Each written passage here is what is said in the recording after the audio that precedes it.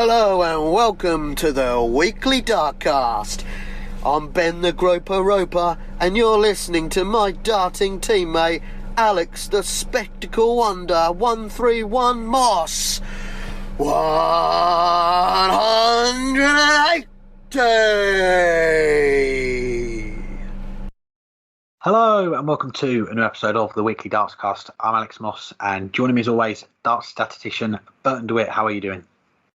I am doing just fine, Alex. How are you? I'm doing very well too, thank you. A bit of an up and down the last few days, it's got to be said, with England losing on penalties in the final of the Euros, but I've had some good news personally in the last few hours, so I'm happy with that. And of course, it's our World Matchplay preview show, which means that the World Matchplay is just around the corner, only a few days away now when you're listening to this. We've got 3 of the players that are going to be lining up on the Winter Garden stage over the weekend and into Monday for the first round. But let's start with some darts that we have already seen. Last week, it was the 5th Super Series of the year. And we'll start with the 2 newest first-time winners on the PDC Tour, Chris Dobey and Ross Smith, both picking up their first titles on the Pro Tour last week. How important were their title victories?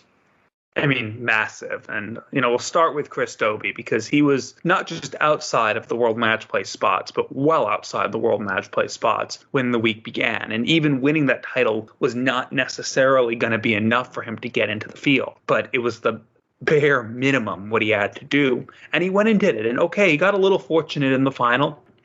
He was second best for much of that match, especially the middle stages. But Jose de Sousa missed some darts, and Chris Dobey took his chances. But that's really the only thing you can say was he was a little lucky in the final. He was dominant the rest of the day, and he was pretty darn good in that final as well. It was everything he needed, especially considering he had lost 4 finals previously, some of which he'd played brilliantly in. So not just to be able to get over the line finally and win a title, but to be able to get in the World Matchplay, I think that just makes it so important for him and his season and his career. For Ross Smith, who you'll hear from as well in just a second, being able to win that title and get that first one in the locker is obviously big. But there was less riding on it outside of that achievement for him because he had already done enough to make the World Matchplay. He probably didn't even have to win even his first round match there when it was all said and done to get in. But, winning a couple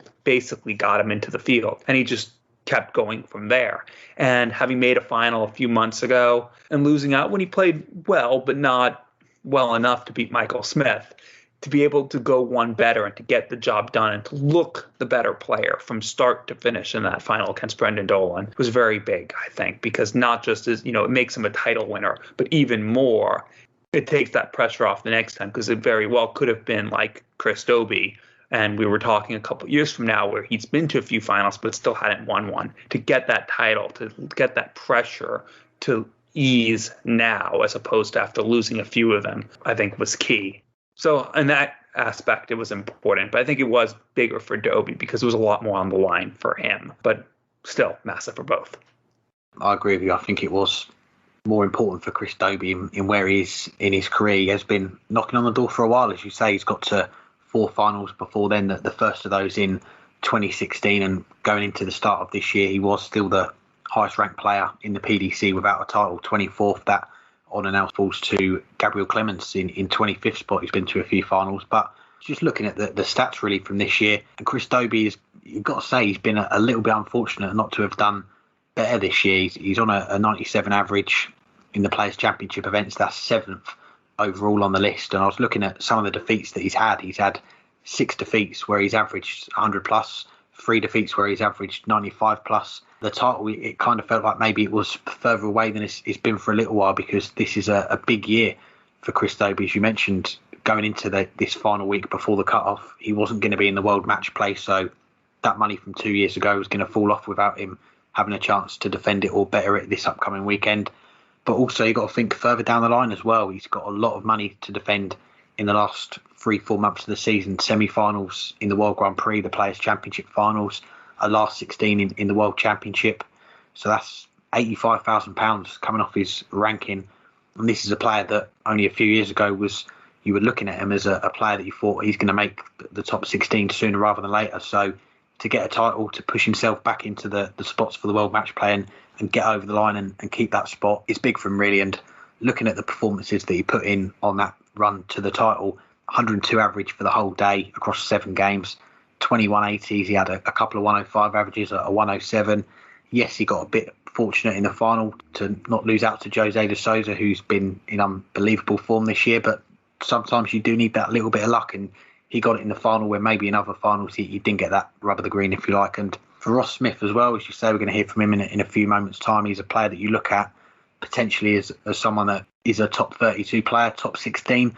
I think we need to see more of him on the TV events and go a little bit further, but definitely top 32. And he's been closer a few times before. He's been in around the 40s, but to get a title is big for him. Someone that's played his first PDC event 2005 when he was a teenager, and he's had a break from the game. He's played in the BDO, played Lakeside a couple of times in his late teens, early 20s, but he's come back into the game, and as you're going to hear from him later, he's someone that is really putting in the hours on the practice board now. He is, as he puts it himself, living and breathing darts, and the rewards are coming. He's got that first title.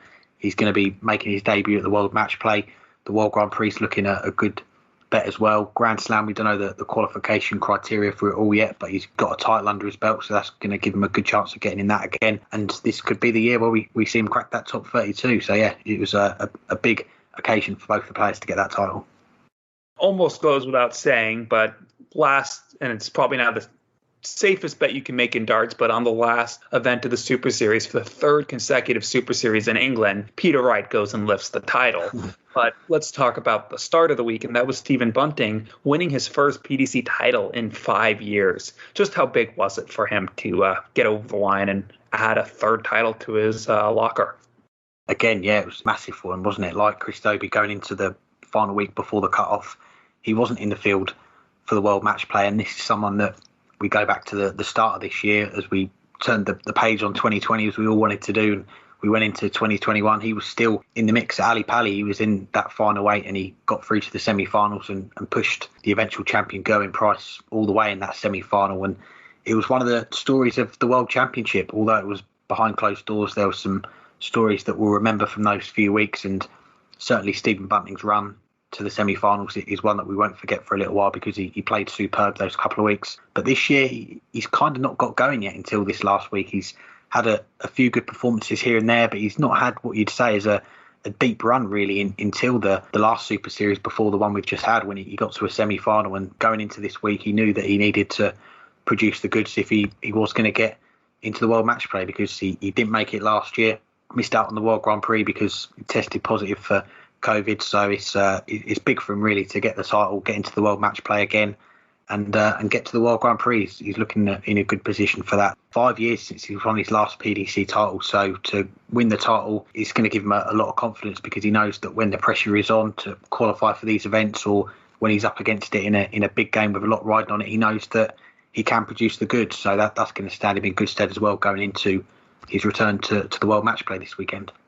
Yes, indeed. And you mentioned, getting back to the World Matchplay after missing it for the first time in his PDC career last year. Well, almost certainly is getting back to the World Grand Prix. He did qualify it for last year, but had to withdraw due to COVID. But he missed out on pretty much every other major event at last year as well, missing the European Championships for the first time, missing the Grand Slam of Darts for the 2nd year in a row. He did obviously get to the World Championships and the Players' Championship final. World Championships, he only made the semifinal. But, starting this event got him back into the World Matchplay. It almost certainly is going to get him in the World Grand Prix, gives him every chance to get back in the Grand Slam next year. That's 3 of the 4 events that title bought him a spot in, or he bought himself a spot in, because his performances won that title. But I think even bigger for him is the confidence that he'll take out of it. He's a player, all players run on confidence, but he's a player who's a lot more open about how his mental state is and how it's affecting his game. And he's said before a few years ago that he almost walked away when things were really going poorly. And even when things were really going poorly, he still was a top 32 player. He still qualified for the World Matchplay every year until last year. He still qualified for the World Grand Prix and the European Championships every year until last year. So even when he was without confidence, he still was good enough to scrape into this field. Now he's a player who will be playing with confidence again. not just the confidence of making the World Championship semifinals, but to be able to go a couple steps better, okay, in a Players' Championship event and lift the title. That's what he's going to be bringing to the World Matchplay. We know he's a player who's good enough that when he doesn't have confidence, he's still top 32. Just imagine how scary he'll be now that he knows he can get over the line, now that he knows he can win these events again, like he was doing at the beginning of his PDC career when he made the Premier League after 1 year, when he made the quarterfinals of the World Championships in his first year, losing out in one of the best matches ever played on the Ali Pali stage to Raymond van Barneveld, 5-4. That's what he was able to do at the beginning. Now he has that confidence again, really for the first time since he last won a title. That's, I think, the big thing to come out of this. Not just that it got him into these events, but that he'll be going into them with the confidence that he had when he was one of the top 10 players in the world, when he was a Premier League player. And that's what I'm looking forward to seeing going forward. We'll be looking ahead to the World Matchplay, but first let's bring in our first guest on this week's show, one of the players who's going to be making his debut in the tournament this weekend, and the newest first-time winner on the Pro Tour, Ross Smith. I'm joined today by the newest first-time winner on the PDC Pro Tour, Ross Smith. Ross, how are you? Yeah, I'm fine, thank you. Yourself?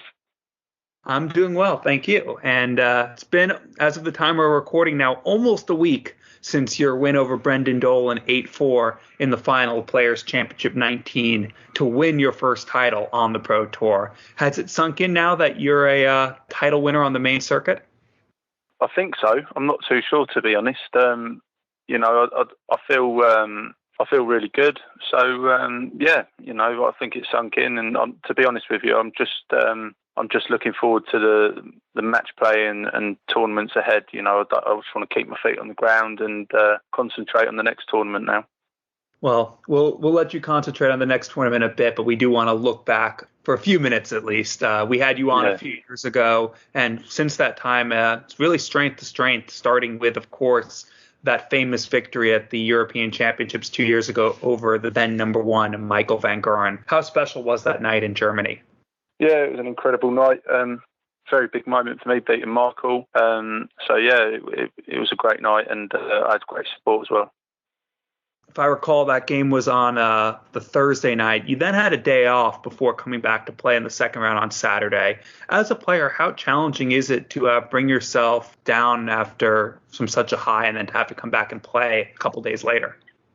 It can be difficult, but at the same time, you just keep yourself occupied, keep yourself focused, so it's not too bad. Now, last year, of course, everyone was affected by the pandemic, 3-4 months off from the tour when it started. As someone who's taken a break from darts before, how did you adjust to life back at home during lockdown? Well, I just literally, I was looking after my little boy all the time. While my partner was working, it was quite challenging trying to do homeschool all the time. It was just literally me and my little boy, and then I was practicing a lot in the evenings, doing my work in the evenings. So it was very challenging, but it was the same for everybody. I think everyone's in the sort of same boat, aren't they? I probably had it easier than a lot of other people. So I'm grateful for that respect. But everyone's had to deal with it in their own way. So once we got back to playing near the end of the year in Riesa, you had a great run making it to the quarterfinals to get to the European Championships, 112 average over Mario van den Boogaard, knocked out Gerwyn Price in a last leg decider. And I believe, although I might be mistaken, that was in front of a small crowd in Riesa. Did you take a lot of confidence out of that weekend? Yeah, it took a massive load of confidence. Reaching the quarterfinals on its own and, beating Gezi. Obviously, everyone knows how good Gezi is. He's the number one and world champion. So I think anyone would take any sort of confidence from that. And and then it put me into the Euro finals as well, just that one weekend. So, it was all in all a great weekend for me.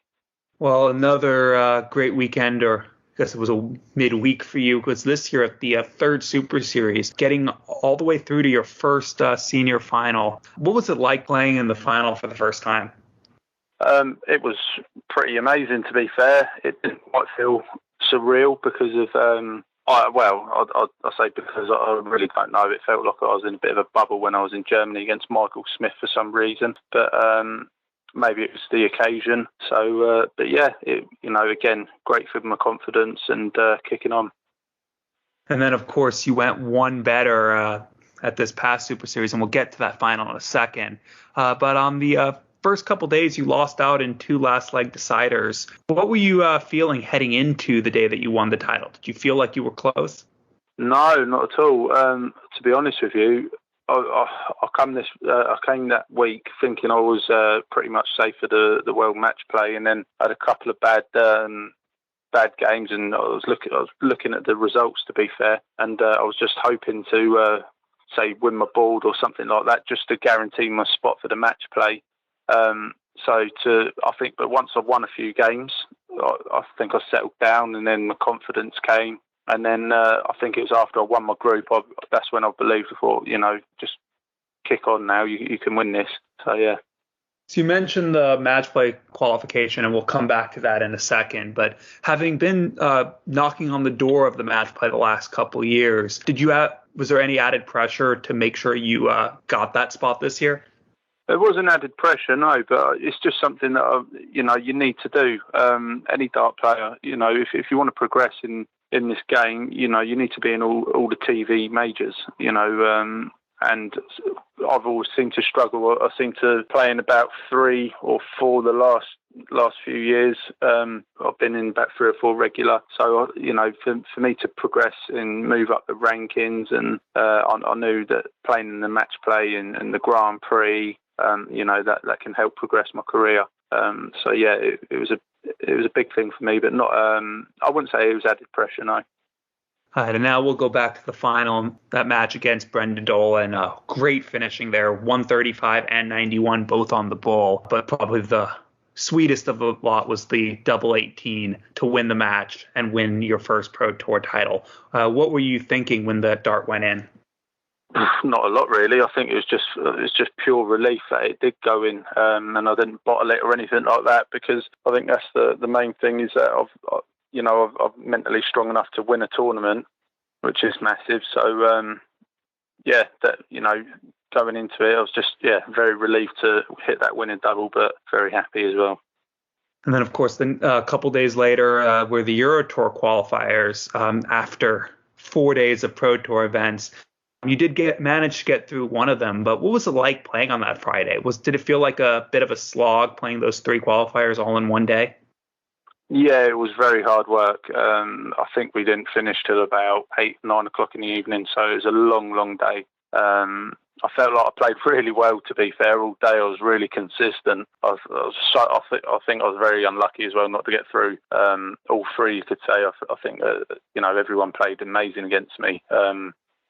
Martin Schindler didn't miss a thing, and nor did Kim Hybricks, and I played well myself in both of them games. So I think I was just a bit unfortunate not to get through. But, that's the way it is. You're playing the best players in the world, and you got to expect, you got to play your best all the time. So, yeah, it's just now about moving forward and kicking on with the tournaments that I've got in front of me. So let's talk about what's coming forward now. First of all, Monday, big day in England, as most of the remaining COVID-19 restrictions are set to be lifted. How do you think that will affect you darts-wise? You think you'll be looking to play local leagues or local opens, or what? To be honest with you, I'm a bit more cautious than maybe other people are. I'm a bit wary about it all because of where we're still being tested regular on the darts. This is our job at the end of the day. And no player wants to turn up and fail a COVID test. So in a way, I'm not too happy that all the restrictions are going to be lifted, because I think that obviously the cases are going to rise dramatically. Even if you've had 2 jabs, it doesn't mean you're not going to get it. So I'm a bit wary of it. But, it is what it is, and you just got to try and protect yourselves and stay healthy. Yes, of course. And we saw you practicing recently with Danny Baggish, one of my fellow Americans. Was that a one-off, or do you 2 practice regularly? And how much does it help having a fellow pro to practice with? It's really helped, to be honest. Danny's a really good guy. It's not been a one-off. I think I went down for about 3 weeks, something like that, on the spin, only twice a week.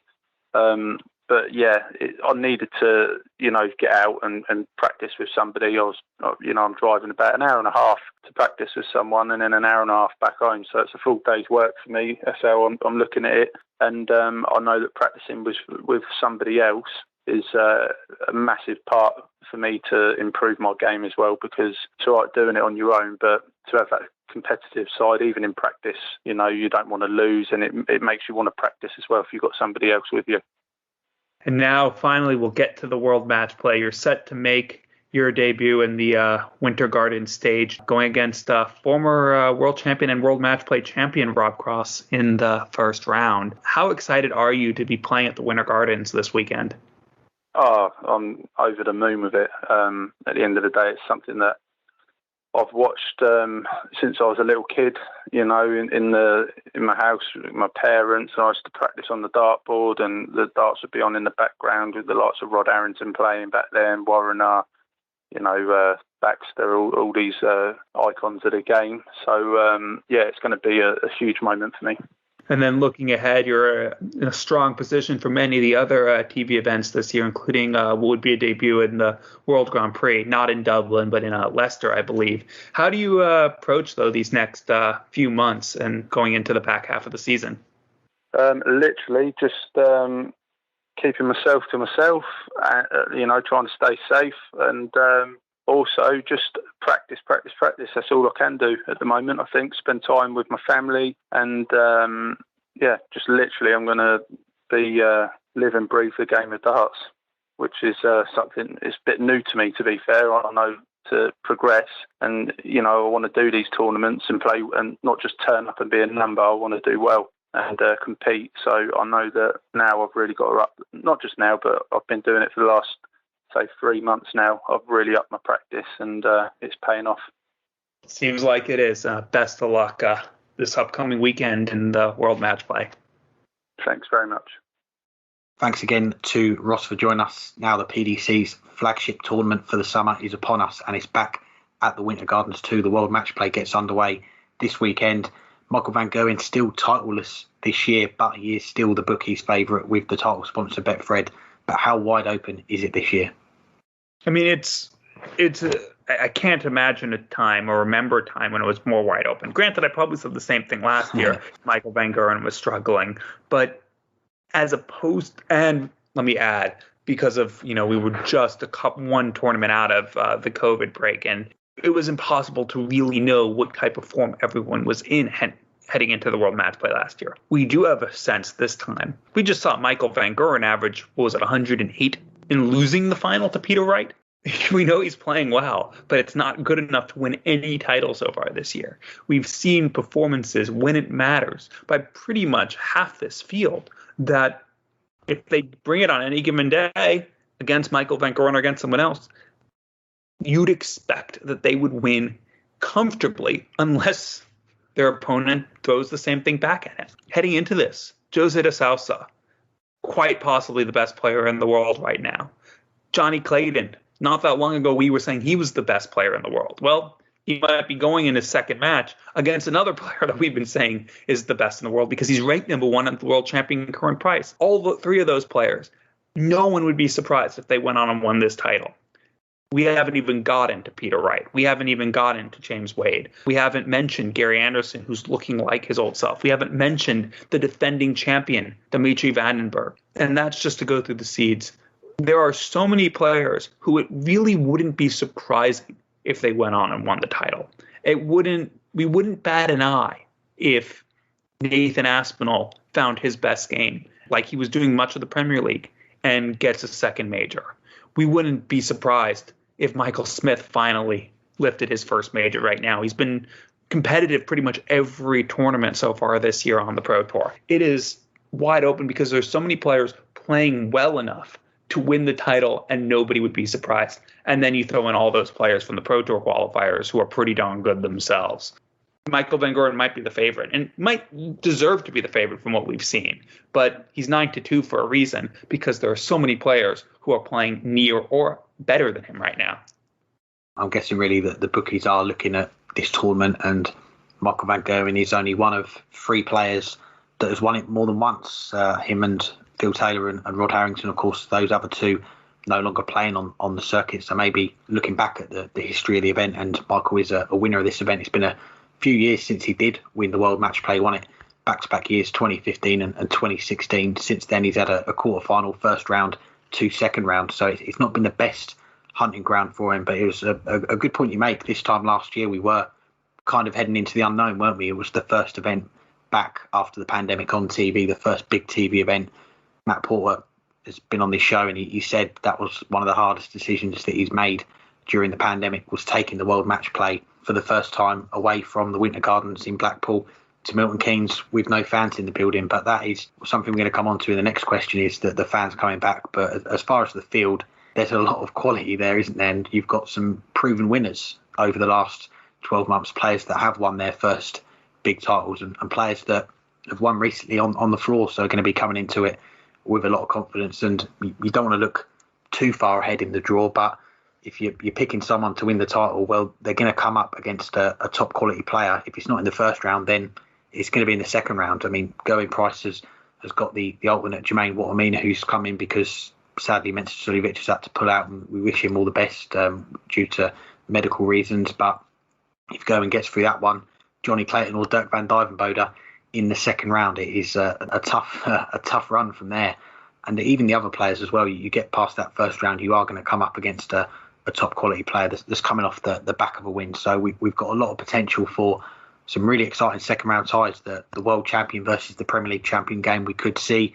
We could have a repeat of that classic at Ali Pali last year, Dimitri against Dave Chisnell. You could have Michael Smith, Jose de Souza, Gary Anderson, Nathan Aspinall, and even further down the line we could see a Jose de Souza, Peter Wright quarter-final. We could see Gary Anderson against Michael van Gerwen in the quarterfinals. There's a lot of potential top quality matchups, and for that reason it's just so hard to pick a winner. So best of luck to anyone that is looking to back a winner for the whole week. I certainly wouldn't be putting a pound on anyone at the moment, given all the quality that we've got in the field.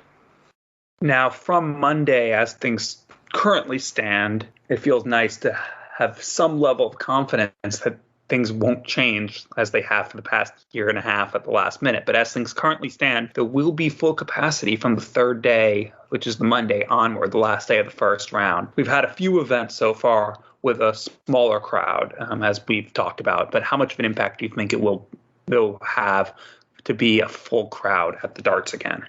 I do think it is going to have an impact. And I want to say this tournament in particular at the Winter Gardens, I know a good friend of the show, Dartscast, he described our podcast as the purest podcast for darts fans. Well, I personally think the World Matchplay is the purest tournament for darts fans, because you've got that long format right from the start. It is restricted to 32 players, and more often than not, you've got 32 of the very best players in form and in the rankings in that tournament. But as far as the fans coming back, look back at the last 12 months, we've had players that, when we've had no fans in the building, they've complained that the building, the arena has been hot. Some players have worn sleeves or Under Armour. They've not quite got to Mark Walsh UK Open levels of wearing a hoodie on stage, but they have said that the venue has been cold. But we do know that the Winter Gardens, anyone that's been, it is one of the hottest stages in world darts. And some of the players, we've got 7 debutants in the field this year. They're going to experience it for the first time, but not just those 7.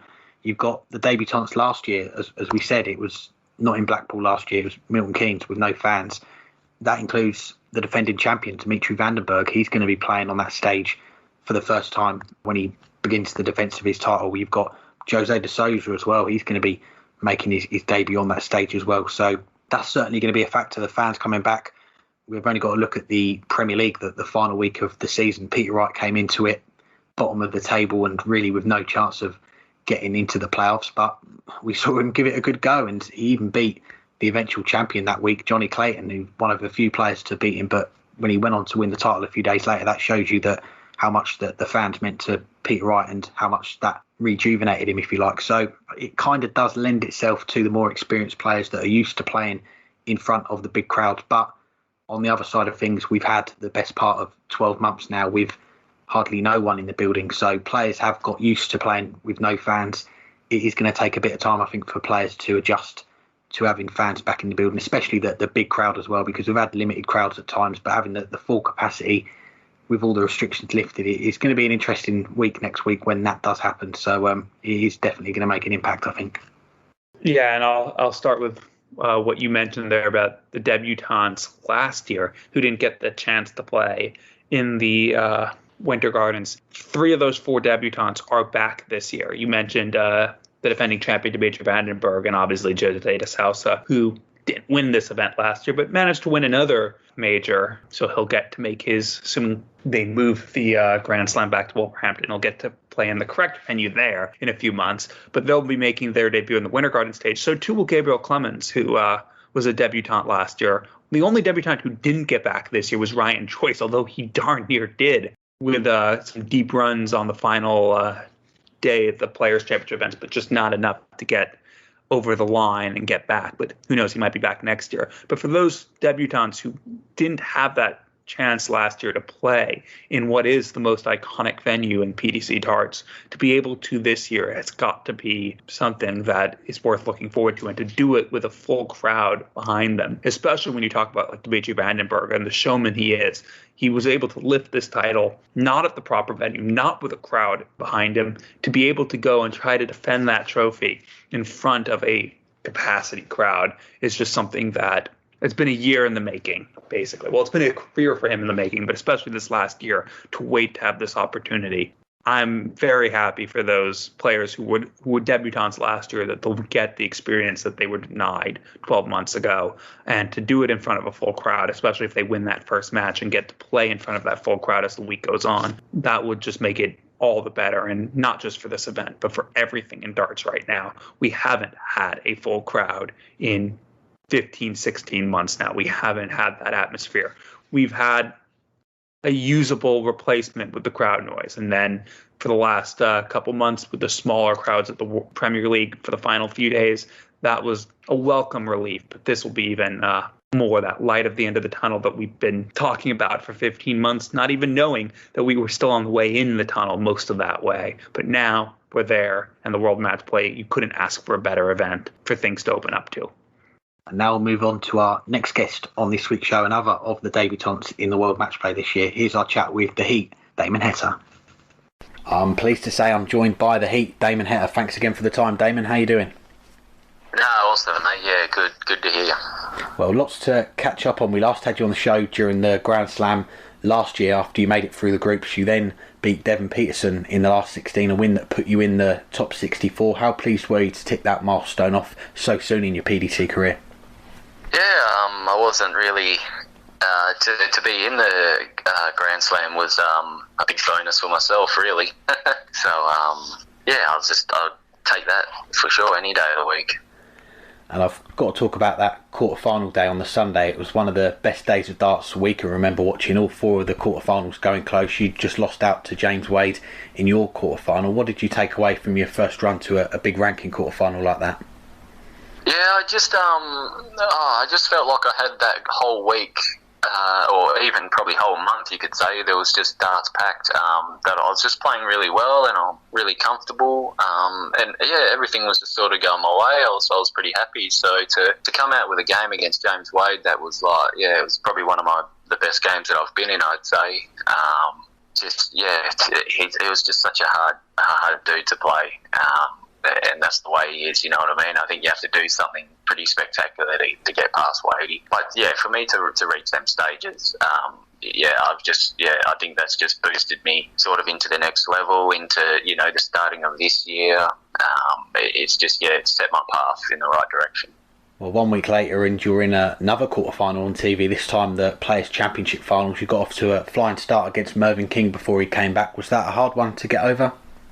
Yeah, I was a bit disappointed in myself, but then in the same sense, I've rewatched the game and stuff like that. It's not that I didn't perform bad. It's probably I just stayed at a certain level, and then you could say that Merv he just took his game up another level, and you know, he just showed his experience and class that he is, and yeah, I'll definitely look back on that as a sort of a missed opportunity, but it made me pretty hungry for more, you know what I mean? Definitely, yeah. And a few weeks later, you're back at Ali Pali for your second World Championship, this time qualifying as the highest ranked player on that Pro Tour Order of Merit. Did you feel added pressure going into the first round? I think I just put a lot on myself because I really expected to go really well, and in the end of the day, I tried way too hard, and I just wanted it too much, and I could see that I was just really tense throwing, and as soon as I was I could see that I was like 2-0 down, and I just I was sort of relaxed, like not like it was over, but yet just I've got nothing really to lose, just throw your darts, and then I started coming back all right, and then I tensed up again, I think, when it came to the crunch, knowing that I'm in with another shot. It just didn't happen for me, and I was definitely devastated, so gutted. I was looking for flights home, to be fair, just to go home for a bit. But that couldn't do that either. So it wasn't a nice feeling. But you live and you learn. So how did you spend those 2 months off the tour? Because it was a long break between that game and then getting back up and running for the start of this season. Oh, for sure, yeah. What did we do? I don't think we did too much, because I think was it still lockdown, I think? I didn't do too much. I probably took a good, a few weeks off. I was keeping an eye on the other boys that were here for the Q school and stuff like that. So, but other than that, I probably just threw darts, I think, and doing some hiking and stuff like that. Well, we should mention as well, you won the Best Newcomer Award in the PDC Awards for last year. How much did that mean to you, especially as it wasn't a normal first year on the tour? We had the pandemic, you went home to Australia and you missed some of the events. So what did that mean to you to get that award? Yeah, like I said, I think it just means that I'm heading in the right path. There's a lot of great players before me that have got that since it came out. I plan to make good use of it, you know what I mean, and hopefully you get like a world one or something. Yeah, definitely, yeah. Well, speaking of Australia, your good friend Kyle Anderson, who you went back home with when the pandemic started, he decided to stay there and hand in his tour card at the start of this year. What was your reaction when you found out? Yeah, I think once we went home, and then he actually had his home life there that he hasn't had for ages. You know what I mean? And being there such a long time and seeing his family, I think his mind just changed. He's been here 6-7 years or something like that on the circuit. So that's fair play, and he just doesn't want to miss out anymore in life, I think, which I can understand. There was always a dream that, that when we were younger, that we were going to play, we could play World Cup together. So, it probably still could happen. We're still young enough for the darts. Yeah, I'm sure it will happen one day, but we have got another Australian on the tour now. You mentioned you were following the results at Q School. We saw Gordon Mathers come through. We spoke to him on the show just after, and he told us the story of how he was one click away from booking a flight home to Australia before Q School, but decided to stay. What's it like having Gordon on the tour now, along with you and Simon? Yeah, it's not bad. We all know each other through the dart scene. So, it's just I take my hat off to him as well, because he's got a family with kids, and I'm pretty sure he's bringing them over as well. So it's more of a big thing for him, I think, than me, where it's just me and my wife.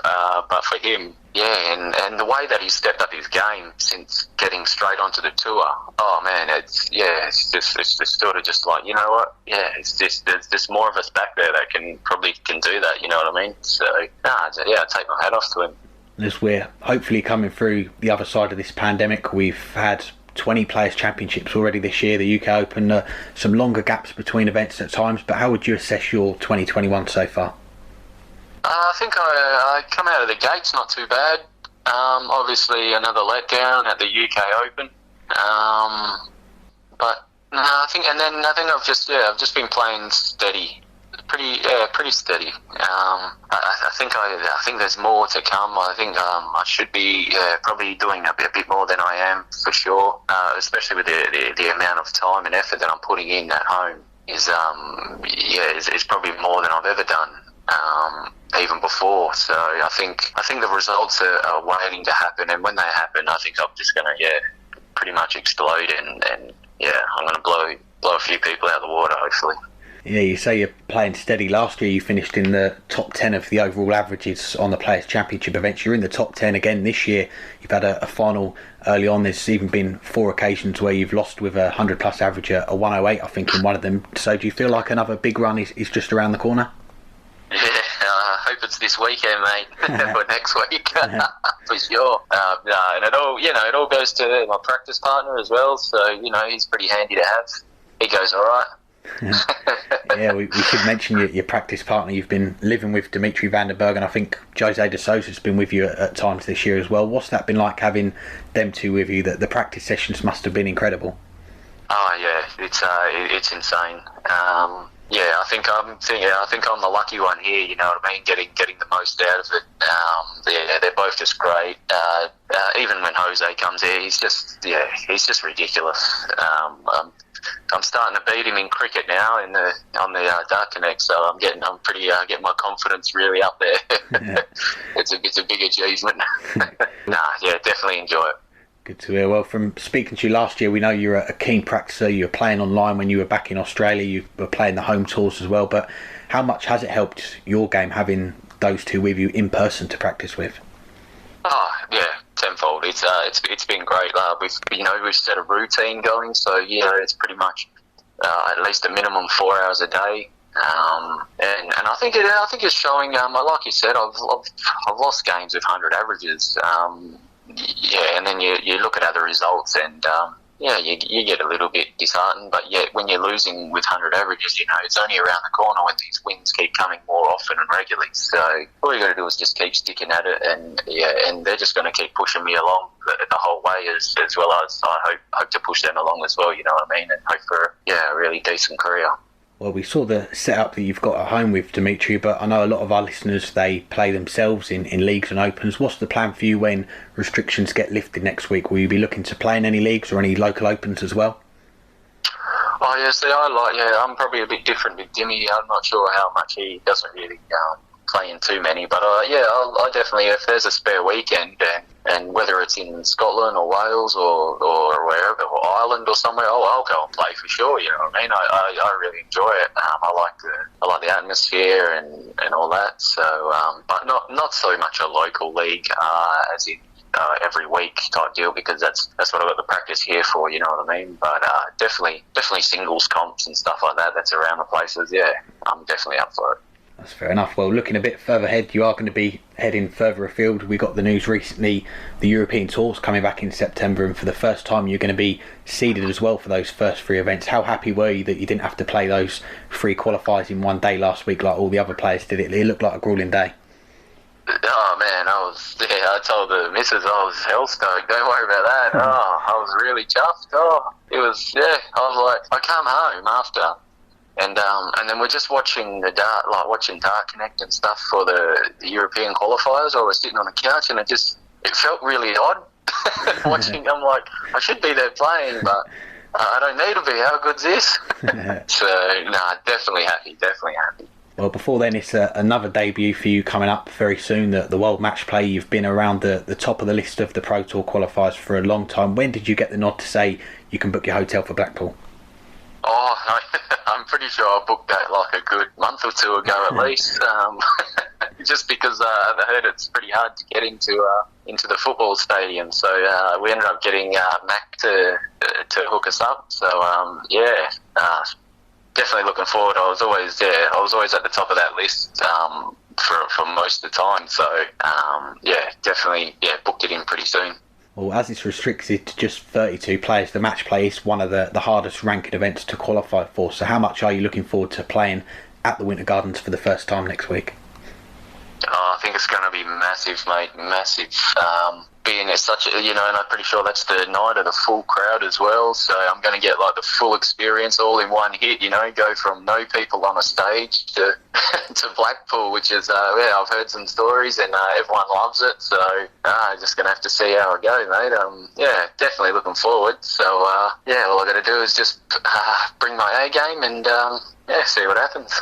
And you're nicknamed the Heat as well. You've probably heard from some of the players as well that the Winter Gardens is one of the hottest stages there is in World Darts. So is that something you're looking forward to, playing on one of the hottest stages as well? I think I've climatized. I've been here long enough now. But no, I went out and just brought a what did I buy? Like a little hand towel just to take up, because I've watched some games at the match play just to have a look, and and a lot of players had towels up there, so I thought, better get one, better to have one than not to have one, you know what I mean? The draw we should mention as well, it's out. You've got Michael van Gerwen in the first round. The schedule as well, you touched on, you're going to be playing on that Monday, the first session with that full capacity. Were you hoping to be put on that Monday session so you did get that full experience with a full crowd? Yeah, I was thinking that I didn't really want to go out the first night. I didn't mind going out, the Sunday or the Monday. So it's happened that way, and that way I'll be down there early and have a look and a feel, and just gonna go out there. You know, I've got no, I really got nothing to lose. I'm all gaining at this stage. So I don't think there's too much pressure on me to get the win, you know what I mean? I feel, I just got to go. Definitely, yeah. I mean, some people probably forget that you're only in your second year on the tour, but you're up to number 45 in the world. You're pushing towards that top 32. What are the main goals you've set for yourself during this second half of the year? It looks like it's going to be a busy one. Yeah, I've always said that the second half of the year was just to get to the 32 is always the next stage. Which is still pretty difficult, you know what I mean? And then, because from there and then to the 16, there's such a massive jump. They're really massive jumps. It's like you've got to win something big to jump pretty quickly. So, but yet, my main goal as well was to just to get on every TV stage. Because that's the way you are going to climb. If you're involved in everything, you know, you're always guaranteed ranking points, ranking money, and you can only go up from there. So, and that's why I was pretty stoked about going all the Euro tours, because that's a decent way to jump on the Pro Tour side of things as well. So I'm definitely well stoked of where I'm at, and all I've got to do, I just got to push on and put that better time in. And like I said, I got no better practice partners to have than Dimmy and Jose. So. And lastly, we saw tennis come home at the weekend with Ashley Bartley winning the Wimbledon ladies singles. So what would it mean to you to win one of the big titles in the PDC, maybe like a World Matchplay next week? Oh, it'd be massive. I would be telling the world about it. Don't worry about that. But like we're Australians and English people, we're pretty about our sport. We're very patriotic about it. Looking forward. Well, Damon, it's always a pleasure to catch up. We appreciate your time and wish you all the best for your World Matchplay debut next week. Yeah, cheers, Alex. Thanks, mate. Thanks again to Damon for joining us now away from the World Matchplay. Let's look back at last week again, and a lot of discussion about how the week in Coventry finished with the 3 European Tour qualifiers for the tour card holders on that same day on the Friday. Was it the right move in hindsight to have all 3 on that final day? It seemed to work. Yes, the day was a little bit longer than normal, and you did see a few players not enter the last qualifier for whatever reason. Either they had a flight to catch or something. But it did seem to work, or maybe they just didn't. Who knows if there'll be a third Euro Tour event. So you might have been playing a qualifier for nothing. It did drag a little, but I don't think it was all that bad. I think the one that didn't work as well was the Challenge Tour, having those 3 in one day, especially at the end, because you had to play out for 1 spot. So you were playing out for a couple hours, a huge field, and then had to do it 2 more times. And that day really dragged on and went on for pretty much ever. It would have made more sense to move one of those or 2 of those to the other days of the Challenge Tour weekend. And that would have made those days longer, but it would have avoided the problem of the last day being by far the longest day. Definitely had diminishing quality as that day went on, but you had to do something. And it's not ideal. There was no ideal right now in the world, even though things are getting better. They made the best of a difficult situation to try to get as many events in a shortest period of time with the players all in the same place at the same time. And for the most part, it worked. I think it was the right move in hindsight, although I stick with what I say for the Challenge Tour, that they should have done something slightly different because that just was a little bit too much. Yeah, I've got to say it was touch and go whether we were going to record on this Tuesday early evening here in the UK because we didn't know if those Challenge Tour qualifiers would have finished by then. But yeah, I mean, all jokes aside, it did go on a while, didn't it? 11 plus hours, I think. And when you think it was 3 days of events they played, 2 events, so 6 events in those 3 days, and then to play the 3 qualifiers down to 1 spot, it was a lot of darts to play. But even the Friday as well, and you've heard from Ross Smith earlier, he said it was a bit of a slog that final day, especially after playing those 4 days with the 4 events. So I personally thought they could have played that Thursday Players' Championship a little bit earlier, put one of those qualifiers on at the end of that day, and then you've just got the 2 qualifiers instead on the final day. But as well, you've got to say, there's been a lot of news since we last spoke. The first 2 European Tour events, we do know the venues, we do know the dates for those. The first one is going to be in Hungary, long overdue to get one over there. The second one is going to be in Gibraltar. They're both going to be in September. The third one, we're not quite sure when it's going to be. So I know when they first announced they were going to have the qualifiers for the tour card holders, they did say up to 3. I personally felt you've got these tour card holders meeting up quite a lot for Players' Championship events. You've got the next ones in early August, the 2nd and 3rd. You could have maybe held that 3rd one over to then and put it on at the end of one of those days or the next day. And then you might have a bit more info about that one, because as things stand, as you say, we don't know when that one's going to happen, where it's going to be. There's still some details to be decided. But yeah, I think they could have maybe explored other avenues for it. But as you say, it's a tricky time still at the moment, getting these events on and getting things ready for when they do happen. So it was a difficult one. But yeah, I personally think they could have maybe done it a different way. Now, a lot more content is available on PDC.TV, the PDC streaming service, including now in-depth interviews with Danny Baggish and Ted Evans, live coverage of the CDC events over in North America. What do you make of the expanded coverage? Yeah, I think it's been good to see, and you could say it may be one of the first signs of that we have had that change in chairman at the top of the PDC from Barry Hearn to his son Eddie Hearn. I don't really follow it too closely, but just looking at what he's done with Matchroom Boxing over the last few months, he's put a lot of time and effort from his team into that digital content side of things, their YouTube channel. And maybe that's where we're heading with the PDC. We're going to see some more things come up on their PDC TV channel, on their YouTube channel as well. It's a good thing, I think, to get to know these players a bit more. We try and do our best to get some of these players on and talk to them a bit more in depth, rather than the 2 or 3 minutes that you can only really get on TV, and they're mainly talking about the game they've just played. So it's good to get the players on to talk a little bit more, and the ones that they've done with Danny Baggish and Ted Evans, players that some fans maybe don't know too much about or have not heard from recently, so it's good to hear from them. The CDC stuff as well, I've got to admit, it was a bit late for me to watch it, but from hearing what some people have said on social media, they said it was a good addition, and maybe this is the way we're heading with PDC TV. It could become a hub for a lot more darts content, not just the Players' Championships, the Euro Tours, which is already good value if you've got it, but we could see the CDC, a lot more of those events. Maybe the other affiliate tours could follow, the ones that we've got in Australia, the Nordic and Baltic Tour, which is coming up. Of course, that does cost money to put these events on with the streams as well. So if they've got the money to do it, then great. And it just builds the exposure up, doesn't it? And it gives the players that are playing on the stream more exposure to playing on the stream. So when they do come over and play the PDC events, they do know what the setup's like. But yeah, I certainly think it's a good move. And hopefully, as we come through the light at the end of the tunnel and more events are coming back, we could see more added to the schedule as well. Yeah, I don't know if it might need to rename the CDC the Danny Lobby Tour. The weekend he had, winning 2 titles and losing the final on the 3rd and final day.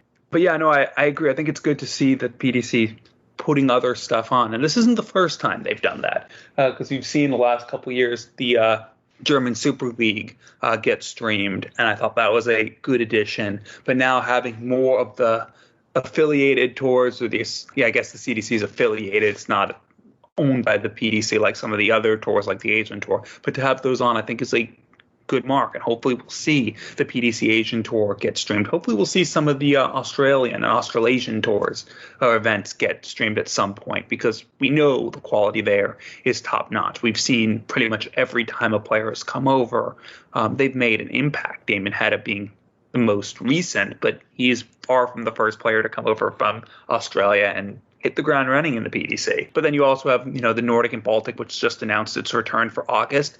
Maybe that will, assuming the Iceland YouTube channel allows the PDC to take some of their much more high-profile coverage away. But maybe we'll see some of that get on, and I think that would be great. But also to have those in-depth interviews with players, other content other than just streaming events a few times a month, I think is good, because that's one thing we try to do. We try to bring you more players that you wouldn't have heard from and more different angles on darts. We're fine if the PDC is doing the same thing, because then when we get those players, they're even more high profile because they've had that feature. But I think it's good for the game to give these players that opportunity to speak to the entire darting world, and to see the PDC do that, to go outside those top 16, go outside the top 32, in case of Danny Baggish, outside the top 64, at least for now, I think was a good move. Now move on to our final guest on this week's show. It is another of the newest first-time winners on the PDC Pro Tour. Here's our chat with Chris Dobey. I'm pleased to say I'm joined by one of the newest first-time winners in the PDC, Chris Dobey. Thanks for the time, Chris. How are you doing? Yeah, anytime. Well, let's get the disappointment from last week out of the way. You were at Wembley for the Euros final to see England sadly lose to Italy on penalties. Have you recovered from it yet? Yeah, just get that experience again. So to be there for the first final in 55 was something special. But yeah, a little disappointing, because obviously scoring the first two penalties gave her a great chance, but unfortunately it wasn't to be. The result aside, what was it like to be inside Wembley for the finals? You mentioned it's a huge occasion, not something we see very often. Yeah, of course. It's nice to see the fans back as well. The atmosphere was brilliant. Just the build up to the match itself was great. So yeah, I'm looking forward to Blackpool as well. To get them fans in the stadium, in the arena as well. So definitely. Well, let's get on to your darts then. We last caught up just before your debut in the Masters, getting in with the increase to the field. You had a win against Dimitri van den Berg before going out to James Wade. What did you take away from your first experience of the Masters? Yeah, I found it good. Obviously, it was the 24 players I got through this year, but yeah, enjoyed it. Obviously, getting a good win against an informed player in Dimitri, it was a big win for me. And yeah, I think that was the start of it all. I was playing some good stuff to do it on the TV. It's always a great. And I've got to mention the UK Open as well. You had another run to the last 16, where it's the world champion Gerwyn Price put an end to that. But you went 8 darts into a 9-darter on TV, just missing the double 12. That was, I think you were 7-1 down as well. We don't see too many players go deep into a 9-darter when they're behind. What did that feel like to get close to it? Yeah, I was doing well at the time, and that gave confidence. I was going through a bad patch at the end of last year, and I started playing well just before the World Championships, and yeah, to take that into the UK Open, I felt great. I didn't do much wrong against Gezi, he just was on another level, coming off the back of his World Championship win. To go on that, it felt great. And for the double 12 for the 9, it felt brilliant, but got short and dropped beneath the double, so I was gutted, but now I was happy with how I played. Well, let's get on to last week then. I remember when we last spoke, looking back at the Summer Series last year, so 12 months ago, you came back with some big averages, but you missed out on the match play, and you said it was a kick in the teeth. Going into these last events before the cut-off with some work to do, how were you feeling as you arrived in Coventry? Yeah, to be honest, like I touched on before, I've been playing well for a few months now, and it's just that little that I did in final where I missed 8 match starts, and a better time for me to get the look that I needed in the final. So yeah, the winning, like I said, just to get over that hurdle, it was a big weight off my shoulder, As you mentioned there, similar to last year, you've lost with some big averages this year. I think in the Players' Championships alone, you've lost with a 100-plus average 6 times. You were in the top 6 of the averages still. Did you feel like this big run was coming? I know how good I am and on my day what I can do. And finally getting over that winning hurdle, and averages don't mean anything. I I've been averaging the same for so many months now, and it just hasn't gotten us that little bit of luck, 102, 104. I've averaged 110 in a final before and not won it. So, like I said, once I get that little bit of luck, then I could go on to win it. And like I said before, to get the luck in the final was a sigh of relief, And I didn't expect Jose to miss that many darts at a double, but fortunately for me, he did. Yeah, that's right. The final against Jose, and you averaged 102 for the day. You beat one of the informed players in the world right now, Jose de Sousa, in the final. When Jose takes out that 122 to break for 7-6 and fight for the match, did you feel like it was slipping away, or did you still feel like you could come back? Nah, I always knew I could come back. I never give up until it's over, But yeah, when he took the 1-2-2 out, it hurt us a little bit. But so I had to start the next leg strong. And obviously, I think he missed darts in that leg too. 3 darts at 9-9, I think he missed.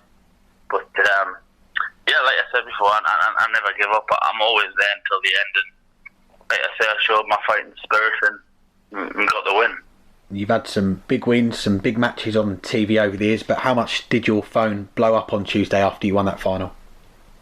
Yeah, it took us about 3 days to read all the messages. I still don't think I've read some of them yet, but yeah, it is a great feeling, and obviously, just like I said, just getting that first title, it opens up new big things and it opens up new doors, and hopefully push on to get the Grand Prix now after a good run in the match play, hopefully, and try and get myself into the Grand Slam as well. So yeah, it does open up big things, and I'm just looking forward to the rest of the year.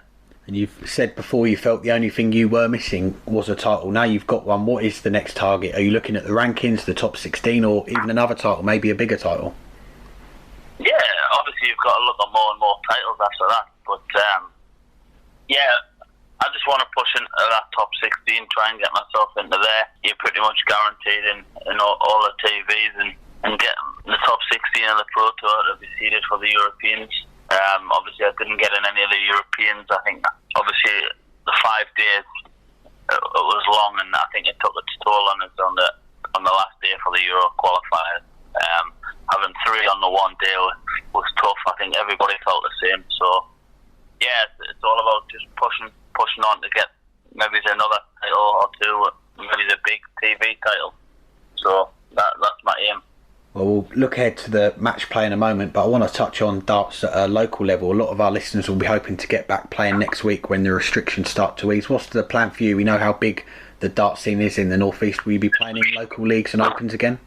Yeah, of course. Obviously, that's where I started. I'll never change that. I love playing the local stuff. The lads who brought me on and took us under the wing, I'll always play. I'll never drop the minute, if they're short, I'll always be there, and I'll always be the one to help them out. So that's what I class as some of my practice, playing in local leagues, because the standard's great. It's hard just to win a few games in the North East. Obviously, the local leagues we're in. So yeah.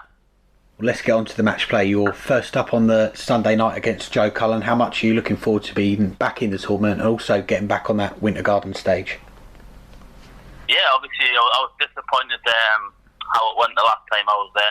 So I'll be out to prove a point and try and redeem myself. I've got a lot of friends and that go there for the full week, and they'll all be there to supporting us. And it was a great feeling to play on the Winter Garden stage. So yeah, I'm hoping to go out there and put things right from when I was there last.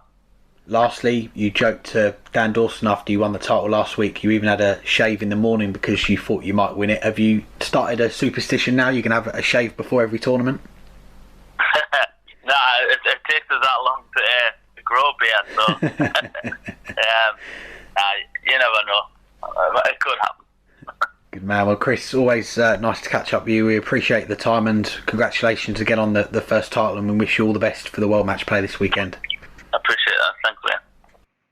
Thanks again to Chris for joining us, and we'll finish up as we always do with some listener questions. The first one comes from Sean Rafferty, who says, which unseeded player do you fancy to go the furthest in the match play? Well, you have to start with Callan Ritz, not just because he'll be wearing the weekly Dartscast patch, but he does get Glenn Durrant, who, he's finally started to win some matches, but he's just nowhere near the player that we know he is as a 3-time world champion, a Premier League champion. Callan Ritz is the heavy favorite in that match and should be.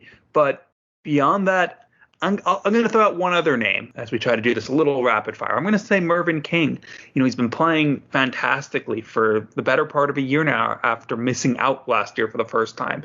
And that is a tough draw in Nathan Aspinall, but it's not as tough as it could have been. He's going to be going into that match thinking, I'm the more experienced player. I'm the player who might even be playing a little bit better over the last 6 months, although Aspinall's game has definitely been on the up recently. If I get past that, I know I have every chance against Stephen Bunting or Gary Anderson, and who knows? Maybe I can win a few more from there. I think Mervyn King is a very sleeper of a pick to make it through at least to the quarterfinals, if not further in this tournament. I think he has a very favorable section of the draw, and maybe that'll be a very, very big quarterfinal against Michael Van Gerwen as he tries to get some revenge for what happened in the Players' Championship finals last year. Well, if we're going off recent years, we look back 2016, we had the top 4 seeds all make it to the semi-finals. Since then, we've had an unseeded player make the semi-finals or better. We've had Daryl Gurney 2017, Jeffrey Desvan 2018, Glenn Durrant 2 years ago 2019, and of course last year, Dimitri Van der Berg 100-1 outsider before the tournament, win the whole thing. So if recent history tells us anything, it is that we could see an unseeded player make it to those final couple of days. Difficult to pick one out, though, because some of them that you'd pick out before the draw, like a Dirk van Dijvenbode or a Luke Humphries, they've got some tough draws. Dirk's got the Premier League champion Johnny Clayton. Luke Humphries has got James Wade, and you've only got to listen to the chat that you had with James a little while ago now to know how much that he loves the Winter Gardens. 16 consecutive years he's been in the World Matchplay, and his reaction, I loved it when you put that to him. But I'm probably looking at that side of the draw as well, and I'm going to go with Stephen Bunting. We spoke about him at the top of the show. He's got that title last week. He's coming into it with some good form. A couple of years ago, he made the quarterfinals, so he knows what the Winter Garden stage is all about. Okay, it's a tough one against Gary Anderson, but he's going to be heading into it with confidence. And one other player I'll give a mention to, and that is Brendan Dolan. I think he's got a good draw against Christoph Ratajski, who's gone a little bit off the boil in the last few months since that good run at the UK Open. Brendan made a final last week, and we've seen how well he's done this year. So, yeah, my two are Stephen Bunting and Brendan Dolan. Now another question, this one from friend of the show, John Thompson. Daryl Gurney is currently not in a qualifying spot for the World Grand Prix. Of course, he's not the only major name that we can say that about, but only a few years ago he won the entire event. Do you think, though, he'll make it in when it's all said and done? I think it is touch and go at the minute. I wouldn't want to bank on it or put too much money on it because there's not a lot of events to go now before the cut-off. That's another announcement that we've had from the PDC since we last spoke, that the World Grand Prix is moving away this year from Dublin to Leicester in the start of October, and that means we've got 2 Players' Championships, we've got the first couple of European tours, maybe the third one, and of course this World Matchplay coming up. So the number of events to get that ranking money is not a lot. And okay, I think this first round game against Ian White now looks like a big game for Daryl Gurney. If he can get that extra £5,000, that's gonna help him a lot. And I think getting a couple of wins on TV will help him. We know he's going to be in the first Euro Tour. He got through that qualified, didn't get through the second one. The third one he did, but we don't know whether that's going to be before the World Grand Prix, before the cut-off. So I think it is very much touch and go at the minute. He's close on the Pro Tour, £250 behind Chris Doby, around 6,000-7,000 behind Stephen Bunting for that top 16 to get him via the Order of Merit. So I think this game against Ian White is a big one. If he loses that, he's going to be up against it, I think, going into the last few events. And it's not just a big one against Ian White because he needs ranking money to get into the field, but it's because Ian White's one of those people he's trying to catch for the spot. Ian White is currently in the field, but only just, and he's not in any of the European Tour events after struggling in the qualifiers. So that spot for Ian White is very, very tenuous right now. And Daryl Gurney has that opportunity to make up some ground. And, well, there's a few other people, though, who are just outside who aren't in the Euro Tour events as well. And that might just be a blessing in disguise for Daryl Gurney, because that's another, people who are playing well enough to catch him right now, but aren't going to have that opportunity. Raymond van Barneveld, his first year back on tour, Adrian Lewis, both struggling in the qualifiers, and that just gives an even bigger opportunity for Gurney. He needs to get some results, whether it's in the World Matchplay, whether it's in those next couple Players' Championship events or on the Euro Tour. I think he'll get in. I think he's just playing well enough, and I think there's enough people just ahead of him who aren't going to be in the events they need to catch up. And also throw in Mensur Suljovic, who knows if he'll be playing at all, who's just in one of these spots right now. There's a lot to play for. I think Gurney will get in, but I would not be surprised if some big names that we're used to seeing in Dublin we don't see in Leicester, such as Ian White, such as Mensur Suljovic, such as, Adrian Lewis, who's just outside right now. Anything else for this week?